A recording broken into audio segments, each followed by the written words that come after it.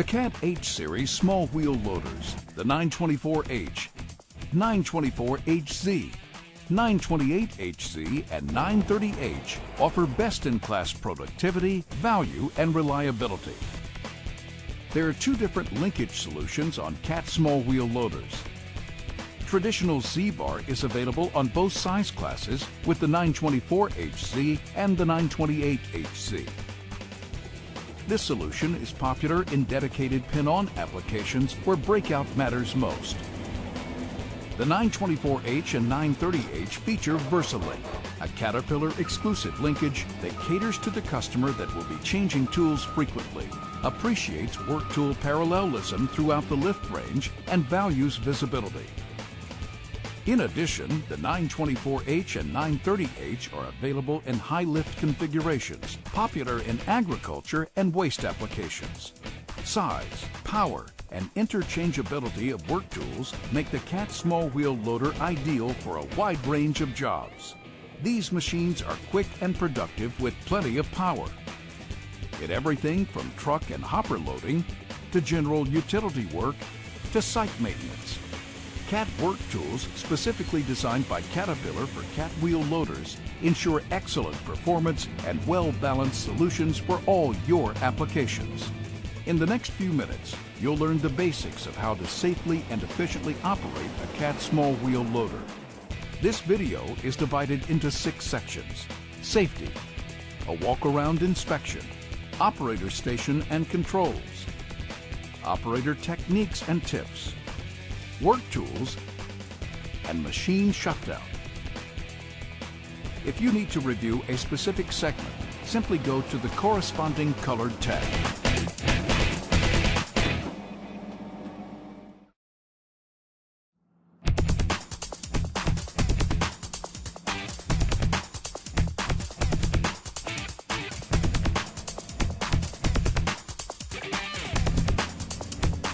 Safety. Before you operate any machine, you should read and understand the safety and operating information in the Operation and Maintenance Manual. Safety and warning decals are posted in several locations on your machine. Make sure you read and understand all of them. Always wear the proper safety equipment for the job. Do a survey of the job site, paying particular attention to where there are people in the area. As an operator, you always need to be aware of your surroundings and what's going on around you while you work. Job sites are dynamic and obstacles may move or appear. Awareness of your surroundings is a constant activity.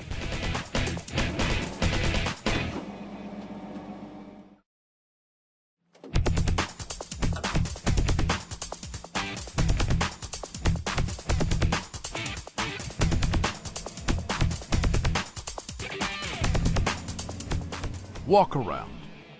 Before you start the machine, make sure to perform a daily walk around. Begin at the operator's ladder. Check transmission fluid level to the left of the ladder. As you walk forward, look at the center articulation area. Look for wear in the driveline area. Inspect the hoses and couplings to make sure they're in place and tight, and there are no leaks.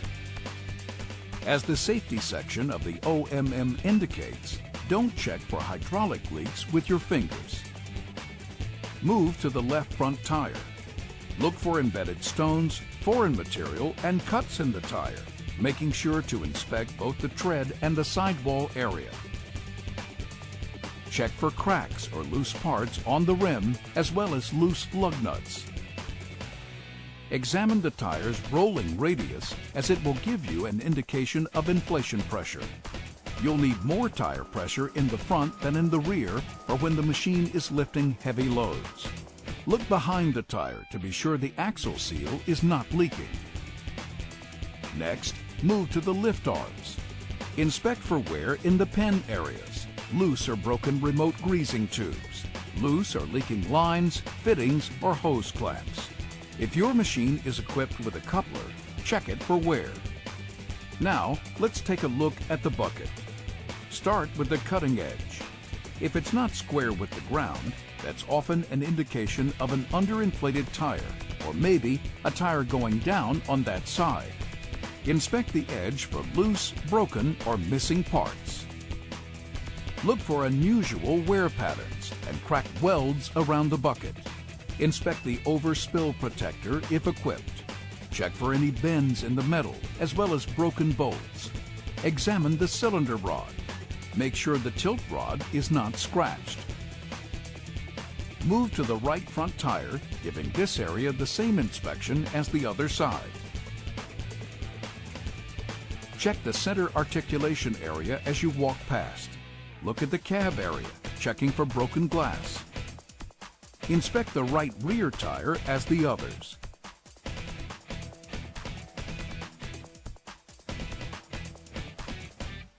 Check the dust bowl or pre-cleaner. Next, check the engine enclosure screens. These screens are small enough to remove material from the air stream so it will not pass through the radiator. If a particle can pass through the mesh screen, it can pass through the radiator fins. This area should be inspected for damage. Remove any foreign material. The reversing fan option will also remove this material.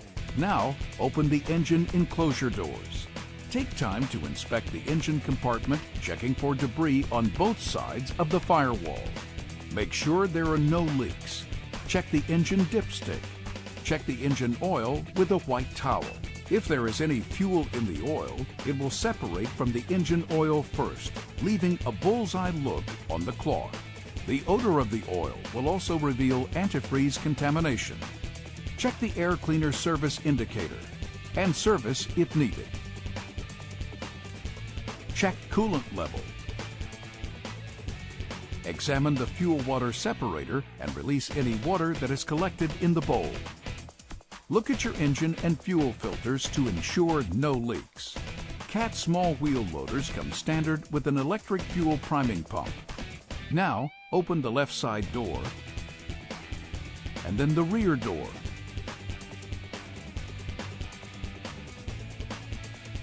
Secure the rear door with the safety brace. The 3-door design allows ground-level access to all the service and inspection points. Check the screens on the left side door for debris. Inspect the fuel cooler, hydraulic oil cooler, the charge air cooler, and the hydraulic oil filter, making sure there is no debris and there are no leaks. Check the fins on the heat exchangers. Bent fins can prevent proper airflow. Make sure that they are clean, because even a small amount of oil can cause dust to stick and build up and cause overheating.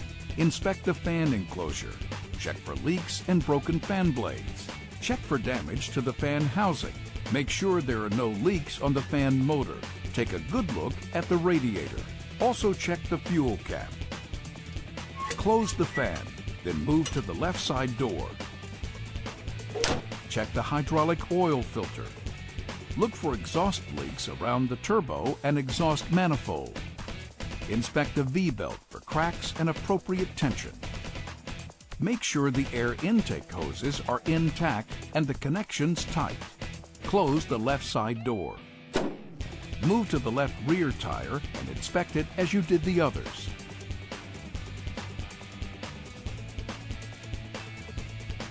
Look under the machine one more time to make sure there are no leaks or any other problems that you may have overlooked.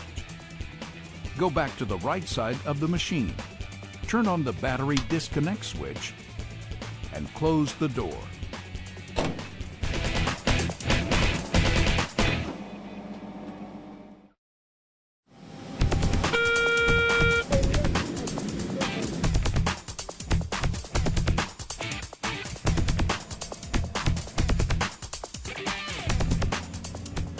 Operator station and controls.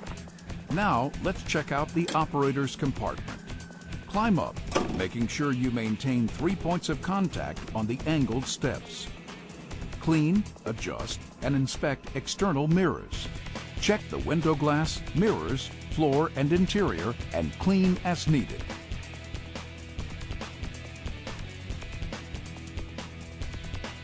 Fasten the seatbelt and adjust the seat and steering wheel for maximum comfort. The seat should be adjusted so that full pedal travel is allowed while the operator is seated upright, back against the seat. A forward and high seating position optimizes visibility for the operator. Adjust the seat height with the mechanical or optional air pump. Inspect the gauges and controls. Your lights, transmission neutralizer, auto shift switch, and transmission control are located to the left of the steering wheel. The dial on the shifter can be rotated to select the maximum gear runout speed. On VersaLink machines, you will also notice a circular foot pedal on the left that actuates diff lock on the front axle. On the right front panel, you'll find the windshield wipers for the front and rear, and either dual mode steering or secondary steering if installed. On the electrical control panel, you will see the implement disable, throttle lock, and speed set resume, as well as the coupler control switches in the first row. In the second row, there are defrost, kick-out controls for either forks or bucket, and ride control and reversing fan if equipped. In the third row, you'll find the heater and air conditioner controls. Insert the key and turn the switch to the first position. Let the auto diagnostic system cycle. Crank the machine and let it warm up. Watch the gauges and cycle the controls. Make sure they function as you expect and as intended. Note the different warning indicators. The Cat H-Series small wheel loaders feature an operator programmable transmission neutralizer switch. The machine defaults to neutralize the transmission when the brake pedal is depressed. To set the brake pressure, select the switch, then apply the brake to the desired amount of pressure and release the switch when complete. Refer to your OMM. The system may be deactivated if desired. When the transmission is in neutral, this permits a faster engine speed, which in turn creates a quicker hydraulic response. You may need that improved response to raise the bucket while simultaneously positioning it.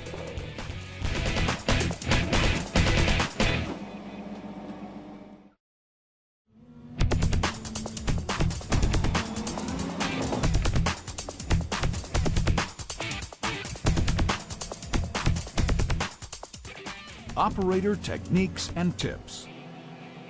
When loading material, remember the importance of good initial penetration. Cat buckets keep the torque tube flat all the way across the bucket, so an operator can use this as a level indicator for the cutting edge as you enter the pile. Lift the bucket slightly while driving into the pile. This transfers the weight to the front tires. Enter the pile at the toe, with the bottom of the bucket parallel with the floor of the work area. Penetrate the pile as deeply as the material will allow, keeping in mind that as material flows into the rear of the bucket, penetration will become more difficult. Then, simultaneously lift and rack the bucket to maintain material flow into the bucket. This lifting sets the front wheels into the ground, preventing slippage, and pushes the bucket further in the pile, while the rack back allows better material flow up the bucket rear wrapper. One of the features on this series of wheel loaders is the Electronic Clutch Pressure Control, or ECPC. Here's how it works. The downshift switch is located on the lift lever. It is only active when the speed selector is in second gear or above, and the machine is in auto shift mode. Press the switch and the transmission will downshift to the next lower gear. This feature makes the downshift from second to first gear smoother and gives you a better bucket fill with first gear. The transmission will remain in first until you change direction. The machine will back out of the pile in second gear. When the bucket is loaded, move the bucket tilt lever to the tilt back position. When the bucket tilt lever is released to the hold position, the bucket will stop moving, maintaining this position. Then, shift the transmission into reverse. Carry the loaded bucket as low as possible to clear any obstacles on the ground. The job site conditions will dictate the carry height. Over long carries, the boom will have to be adjusted to give the best results. VersaLink models are equipped with a standard front axle diff lock that can be actuated with the left foot pedal. If wheel slip is detected, you can engage diff lock on the fly and regain traction. Optional ride control, if equipped, will cushion the load, reducing spillage and make the ride more comfortable for the operator. Make sure to match the correct bucket to the correct material. For example, you don't want to put a light material bucket into heavy digging or highly abrasive material. It'll shorten the bucket life and may overload the machine. Try this method for loading the bucket in easy-to-penetrate material. The best loading happens at the bottom of the pile. After the bucket has entered the material and is slightly off the floor, rack the bucket back and lift through the material until it's filled.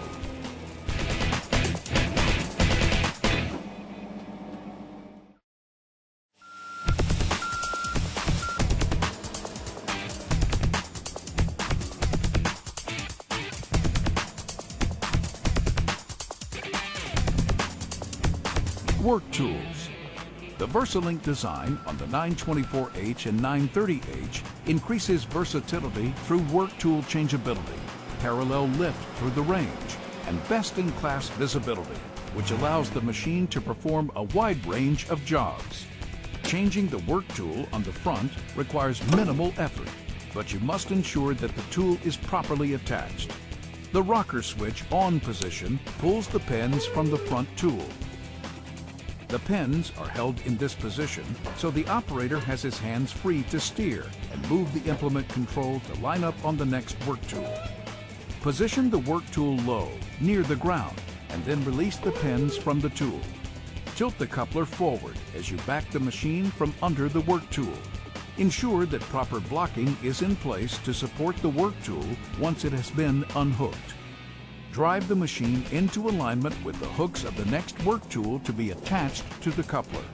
The coupler should be rolled over in the dump position and the work tool's hooks aligned with the coupler's upper pins as you approach it. Once the pins are under the hooks, rack back and raise the boom as you watch the coupler pins engage the tool hooks. Once the hooks and pins are coupled together, roll the coupler work tool back. This should allow the work tool's lower attaching points to nest into the stops for hydraulic pin engagement. Once this has been accomplished, put pressure down on the work tool to ensure that it is properly attached.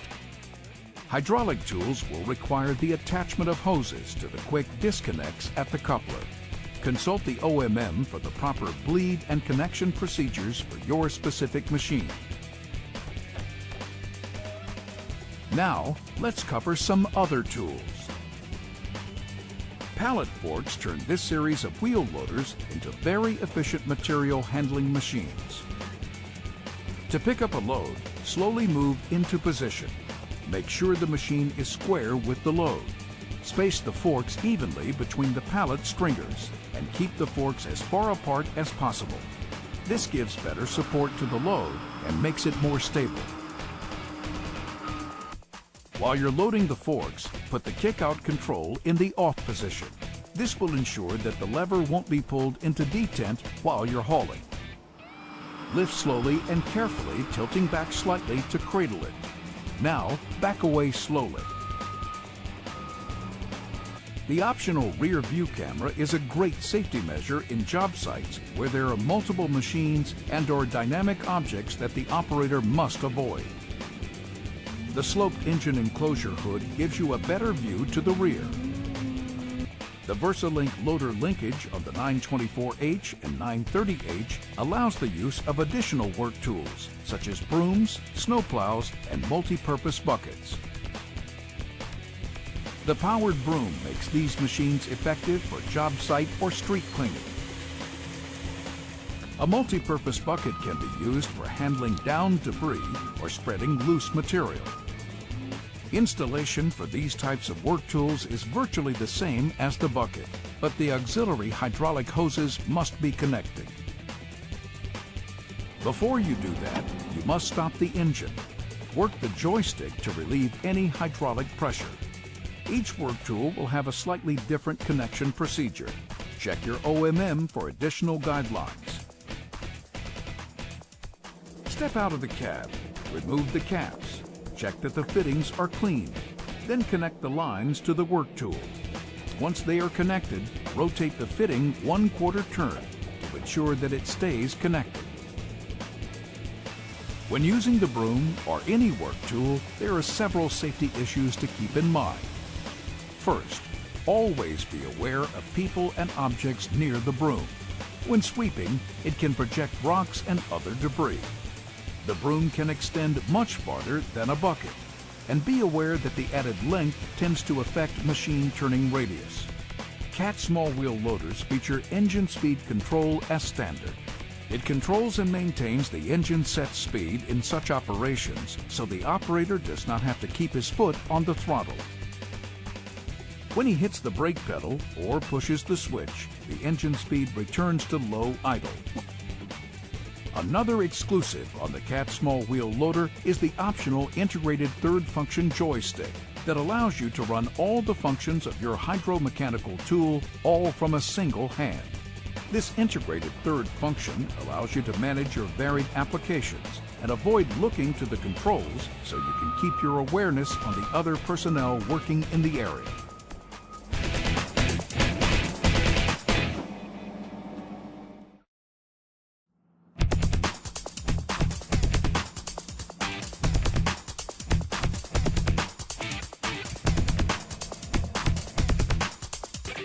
Machine shutdown.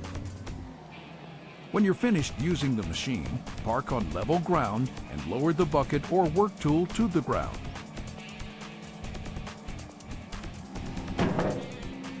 Put the transmission in neutral and engage the parking brake.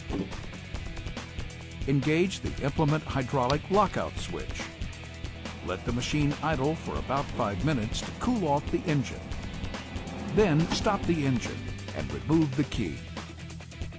For more information, consult your OMM.